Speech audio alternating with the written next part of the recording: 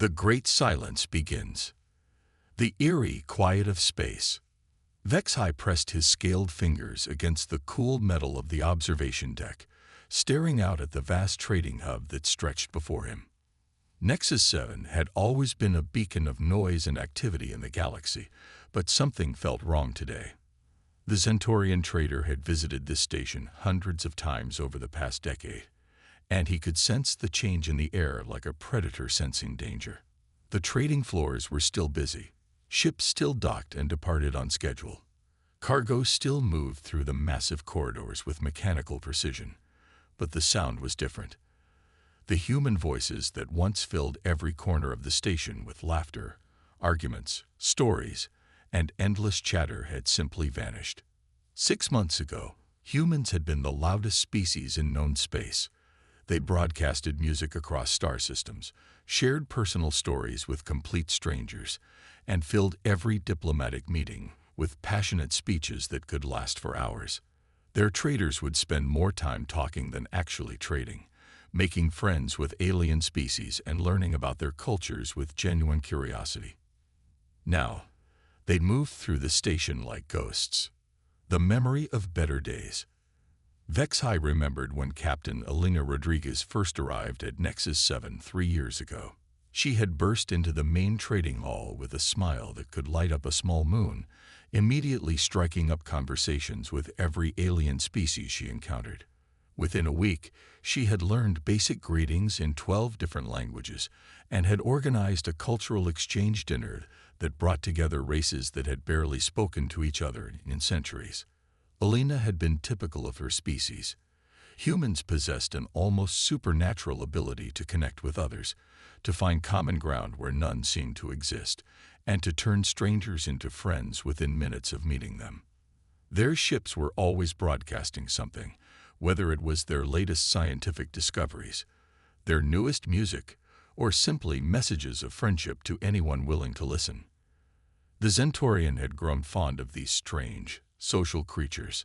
Unlike his own people, who were naturally suspicious and preferred to conduct business in silence, humans seemed to view every interaction as an opportunity to learn something new about the universe. They asked questions that others considered invasive, shared information that others kept secret, and approached every day with a curiosity that was both endearing and occasionally exhausting. But now, as Vexhai watched Elena's ship dock at Bay 47, he felt a chill run down his spine. The human captain emerged wearing the same practical uniform she had always worn, but her face was a mask of cold efficiency. She moved through the station with purpose, completing her trades with mechanical precision, and disappeared back to her ship without speaking a single unnecessary word. The spreading unease. The silence had not gone unnoticed by the other species that frequented Nexus 7. In the cantina that evening, Vexhai found himself surrounded by worried faces from across the galaxy. The Corvin bartender, whose people were known for their emotional sensitivity, seemed particularly distressed. "It's like they've all been replaced by androids," Thera whispered, her delicate features twisted with concern. The humans who used to come here would spend hours telling stories about their homeworlds. Now they order their drinks, pay, and leave without even making eye contact. Beside her, a massive Gorlian warrior named Brack nodded his enormous head. "My people respect strength and honor silence in battle," he rumbled in his deep voice. "But this is different. This is not the silence of the strong. This is the silence of the afraid." The conversation was interrupted by the arrival of Council Prime Korath, the station's highest-ranking diplomatic official. The elderly Alterian's usually calm demeanor showed cracks of concern as he settled into a chair that barely accommodated his tall, thin frame. "I've just received reports from 17 different systems," Korath announced, his melodic voice carrying a note of worry that made everyone lean forward. "The pattern is consistent everywhere. 6 months ago, human communication networks simply went dark. No more cultural broadcasts, no more scientific exchanges, no more diplomatic small talk. They continue to honor their trade agreements and military treaties, but beyond that, nothing." Vexhai felt his stomach tighten. What could cause an entire species to change so dramatically? The investigation begins. Over the following weeks, Korath quietly began an investigation into the human silence. What he discovered only deepened the mystery. Human colonies were still functioning normally in terms of infrastructure and commerce. Their ships maintained perfect flight schedules, and their traders continued to deliver goods with their usual reliability. But the social fabric that had once made humans the galaxy's most beloved species had completely disappeared. More disturbing were the reports coming from the Outer Rim territories. Several alien species reported that human military vessels had been spotted in regions where they had no official business. These ships moved with stealth and purpose, avoiding all contact with other vessels and disappearing before anyone could establish communication. Dr. Elena Septh, a respected xenopsychologist from the Vegan Confederacy, was brought in to analyze the situation. Her conclusion was deeply unsettling. In my 40 years of studying human behavior, she explained to a closed session of the Galactic Council, I have never seen anything like this. Humans are fundamentally social beings. Their silence is not just unusual. It's physiologically and psychologically damaging to their species. For them to maintain this level of communication suppression across their entire civilization suggests either massive external pressure or preparation for something catastrophic. The word catastrophic hung in the air like a toxic cloud. If humans, with their advanced technology and fierce protective instincts, were preparing for something terrible, what did that mean for the rest of the galaxy? Signs of something bigger. As time passed, more pieces of the puzzle began to emerge. Trade manifests showed that humans had been quietly purchasing enormous quantities of raw materials, far beyond what their colonies would need for normal expansion. Rare metals, exotic energy sources, and advanced computational components were flowing into human space at unprecedented rates. More concerning were the reports from deep space monitoring stations. Several had detected massive energy signatures originating from human-controlled systems, signatures that suggested construction projects on a scale never before seen in galactic history. When questioned about these activities, human representatives would simply state that they were engaged in internal development projects and refused to provide any additional information. The silence was beginning to affect other species as well. Without human cultural broadcasts to fill the void, space seemed colder and more empty. The enthusiastic human explorers who had once pushed the boundaries of known space, discovering new worlds and making first contact with previously unknown civilizations, had all but vanished from the frontier regions. A glimpse behind the mask. It was during his third month of investigation that Vexhai had his first real clue about what might be happening. He had been following Elena Rodriguez's ship, hoping to find some crack in the human wall of silence, when he noticed something odd. Her vessel made an unscheduled stop at a remote asteroid mining station in the Kepler belt. Using his ship's advanced sensors, Vexhai watched as Elena met with another human, a tall woman with graying hair who moved with military precision. The two spoke for exactly 7 minutes, their conversation too distant to overhear, before the military woman handed Elena a small device and disappeared back into the asteroid facility. What struck Vexhai was not just the secretive nature of the meeting, but the expression on Elena's face when she thought no one was watching. For just a moment, her mask of cold efficiency slipped, and he saw something that chilled him to his core. It was not fear, exactly, but the kind of grim determination that warriors wore when they knew they were marching toward a battle they might not survive. The weight of silence. As Vexhai made his way back to Nexus 7, he found himself thinking about the human concept of sacrifice. His own people understood individual sacrifice for the good of the family or clan, but humans seemed capable of sacrifice on a much larger scale. They would give up their happiness, their comfort, even their lives for abstract concepts like justice or freedom. What if their silence was not a sign of weakness or fear, but of preparation? What if they had discovered some threat so terrible that they were willing to sacrifice the very thing that made them human, their social nature, in order to prepare for it? The thought was both terrifying and oddly comforting. If humans were preparing for something, it meant they believed it could be defeated. And if there was one thing the galaxy had learned about humans over the past century, it was that they had an almost supernatural ability to find hope and strength in the darkest of circumstances. But what threat could be so great that it would require an entire species to abandon everything that made them who they were? And perhaps more importantly, were they preparing to face this threat alone, or were they trying to protect the rest of the galaxy from something too terrible to speak about? As Nexus 7 came into view, Vexhai made a decision.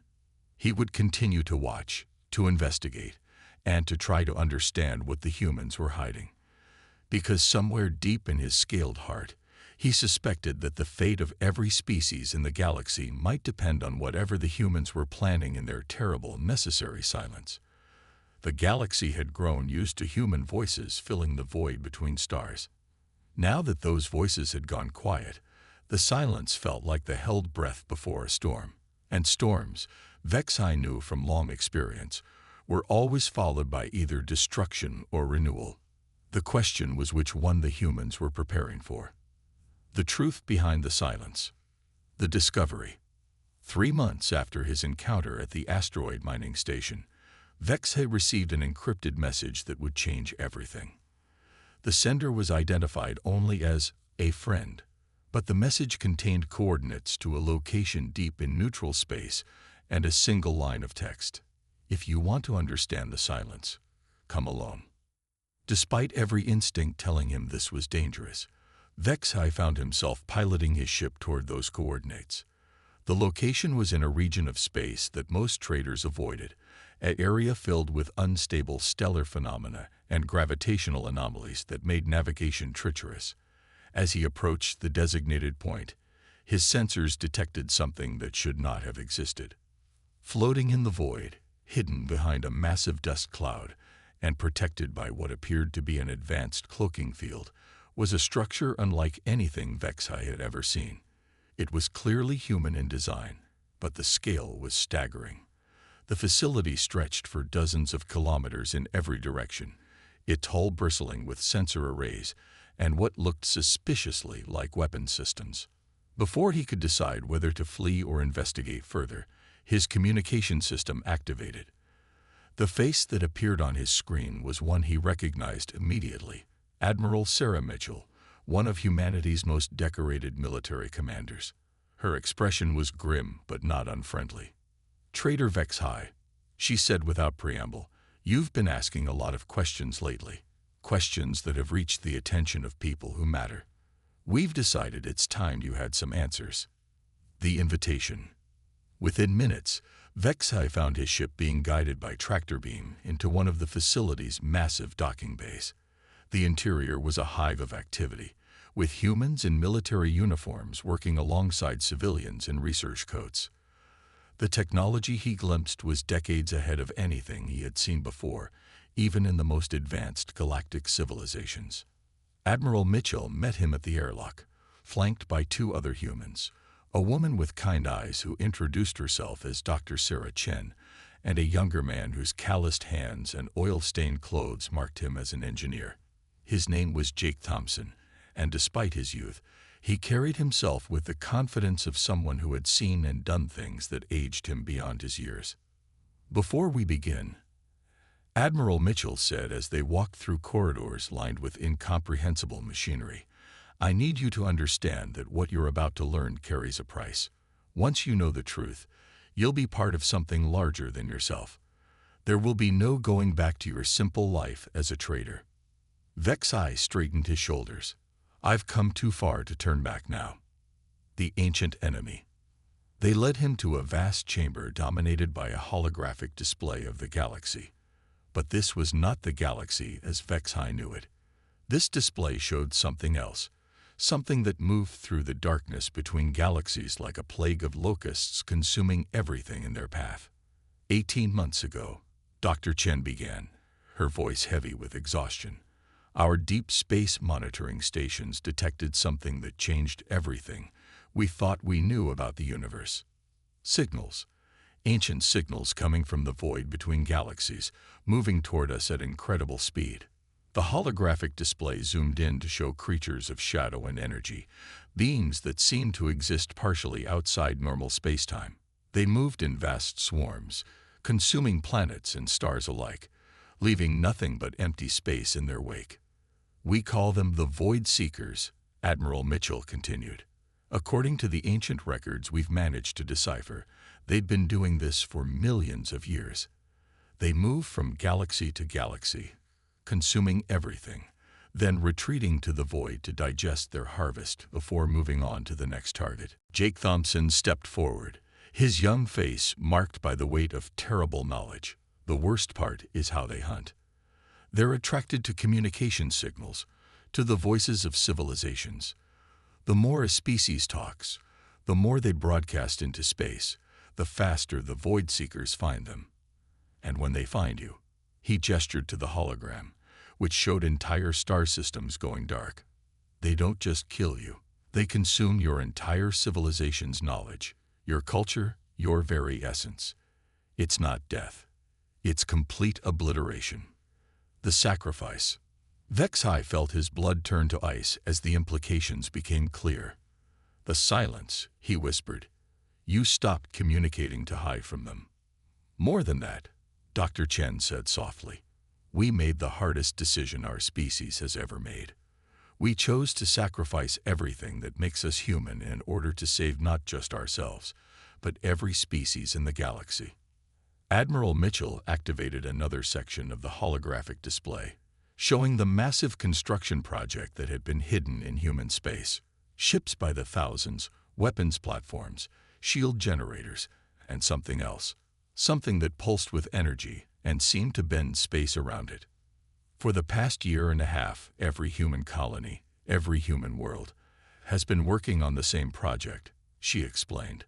"We've built a defense network that spans our entire territory. Not just weapons, though we have those too, but something the Void Seekers have never encountered before." Jake's eyes lit up with the enthusiasm of an engineer discussing his masterpiece. "We call it the resonance web. It's based on principles of quantum entanglement and dimensional physics that we've only recently begun to understand. Instead of hiding from the Void Seekers' hunting calls, we've created a system that will turn their own power against them." The plan revealed. The full scope of humanity's plan was staggering. For 18 months, while the rest of the galaxy wondered about their silence, humans had been working around the clock to create defenses not just for themselves, but for every inhabited system in known space. The resonance web would create a protective barrier that would prevent the Void Seekers from consuming the essence of civilizations, while simultaneously feeding their own predatory energy back into them. "But why didn't you tell the rest of the galaxy?" Vexai asked. "Surely the other species would have helped if they knew the truth." Dr. Chen's expression grew even more somber. "Because the Void Seekers are already here. They've been infiltrating our galaxy for months, taking the form of energy patterns that hide in communication networks. Every broadcast, every transmission, every casual conversation carries the risk of revealing our plans to them. The only way to keep the secret was complete communication silence." Admiral Mitchell nodded grimly. "We've been fighting a shadow war, Traitor Vexai. Every time one of our people wanted to call home, to talk to their loved ones, to share a joke or sing a song, they had to remember that the enemy might be listening. We've asked our entire species to become something they're not, to live in a way that goes against every instinct they have, because it was the only way to save everyone." The cost of protection. As they continued the tour of the facility, Vexai began to understand the true cost of humanity's sacrifice. He saw humans working in complete silence, communicating only through hand signals and written notes. He watched engineers solve complex problems without the collaborative discussions that had once been the hallmark of human innovation. He observed soldiers training for battles they couldn't even describe to each other. The psychological toll was visible on every face. Humans were social creatures, designed by evolution to connect and communicate. To force them into isolation was like asking a bird not to fly or a fish not to swim. Yet they endured it, day after day, because they understood that the alternative was the extinction of all intelligent life in the galaxy. How long can your people maintain this? Vexhai asked Dr. Chen as they watched a group of researchers working in eerie quiet. As long as necessary, she replied, though her voice carried the weight of immense suffering. We've seen what happens to galaxies that the void seekers visit. Every star goes dark. Every world becomes lifeless. Every civilization that ever existed gets erased from history itself. If our silence and our suffering can prevent that fate for even one other species, then it's worth it. The final battle approaches. Jake Thompson led Vexhai to the facility's central command center, where massive screens showed the approaching Void Seeker fleet.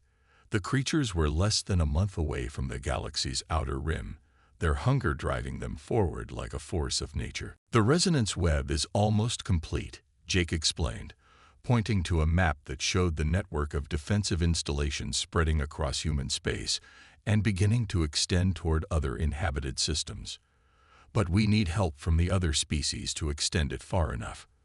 We need them to build the relay stations in their territory to help us create a barrier that will protect everyone.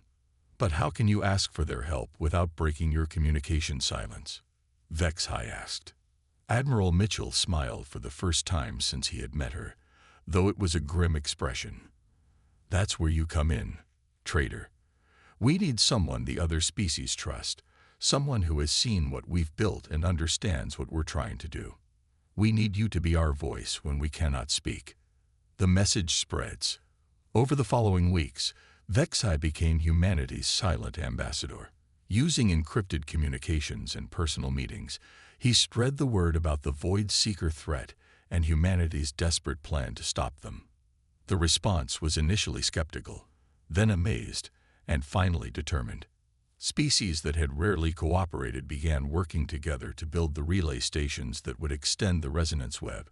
The Corvin used their emotional sensitivity to fine-tune the quantum resonance frequencies. The Gorlians provided raw materials from their mining worlds. The Altarians contributed their advanced mathematical models to optimize the network's efficiency. Throughout it all, the humans remained silent. They provided technical specifications through encrypted data transfers, sent materials and equipment where needed, and continued their grim preparations for the coming battle. But they did not speak, did not celebrate, did not even acknowledge the growing cooperation between species that their sacrifice had made possible. The moment of truth. When the Void Seekers finally reached the galaxy's edge, they encountered something they had never faced before in millions of years of conquest. Instead of scattered, frightened civilizations broadcasting their fear into space, they found silence. Instead of easy prey, they found a trap. The resonance web activated in a blaze of energy that lit up half the galaxy. The quantum frequencies that had been carefully calibrated by dozens of species working in unprecedented cooperation created a barrier that not only protected the inhabited worlds, but turned the Void Seekers' own consuming hunger against them.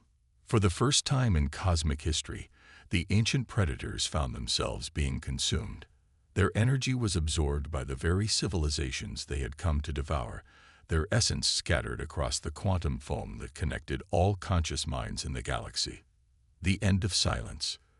In the aftermath of victory, as the last of the Void Seekers faded into quantum static, a single voice broke the silence that had lasted for 2 years. It was Captain Elena Rodriguez, broadcasting from her ship to every inhabited world in the galaxy. "This is Captain Elena Rodriguez of the human vessel Endeavor," she said, and her voice carried tears of joy and exhaustion. "The threat has passed. The silence is ended. We are free to speak again." Across the galaxy, human voices began to fill the void once more. They sang, they laughed, they cried, and they shared stories of the long months of isolation they had endured. But more than that, they were joined by voices from every species in the galaxy, all of them understanding now what humanity had sacrificed for the sake of others. Vexhai, listening to the celebration from his ship, finally understood what he had witnessed. The silence had not been a sign of fear or weakness. It had been the ultimate expression of human strength, the willingness to sacrifice their own nature, their own happiness, their own fundamental identity as social beings in order to protect others. When humans went silent, the galaxy had feared what it might mean. Now they knew.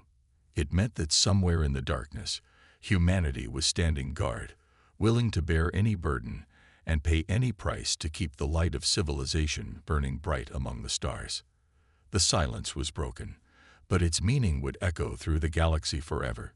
Humanity had proven that sometimes the greatest act of love was not what you said, but what you were willing not to say, and that true strength lay not in the ability to speak, but in the wisdom to know when silence could save the universe.